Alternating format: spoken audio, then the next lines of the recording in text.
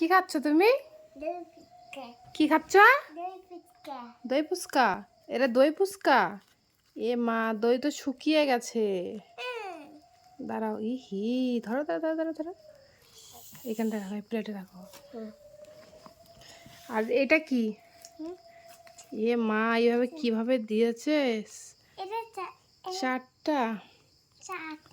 চাট তুমি খাবা? হ্যাঁ, খাও। দেখো কিরকম টেস্টি, খেয়ে দেখো, গলে গেছে।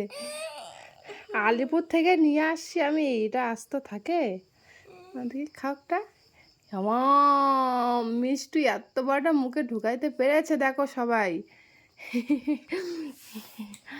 ও পাড়ের দিকে দেখো আমার মুখের অবস্থা কি হয়ে গেছে। এই যে আলিপুর থেকে আসলাম আর মিষ্টির জন্য এই যে দই ফুচকা নিয়ে আসছি আর চুরমুড়ার চাট নিয়ে আসছি। এই যে দেখো, এত গরম পড়ছে আজকে, এত গরম মানে ভাবার বাইরে।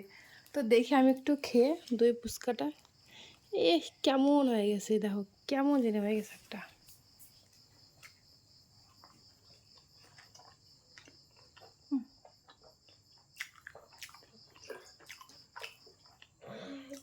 অতটা টেস্ট করে বানায়নি, দেখি।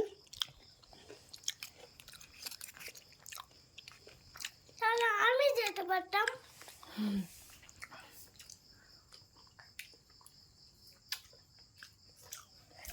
আর সেগুলো একদমই টেস্ট হয়নি।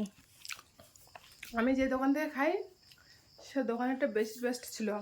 আজকে ওই দোকান থেকে যাইনি, অন্য দোকান থেকে নিয়ে আসছিলাম। ভাবছিলাম যে সব দোকানের থেকে তো টেস্ট করতে হয়, আর টেস্ট করতে গিয়ে একদম 12 বেজে গেল।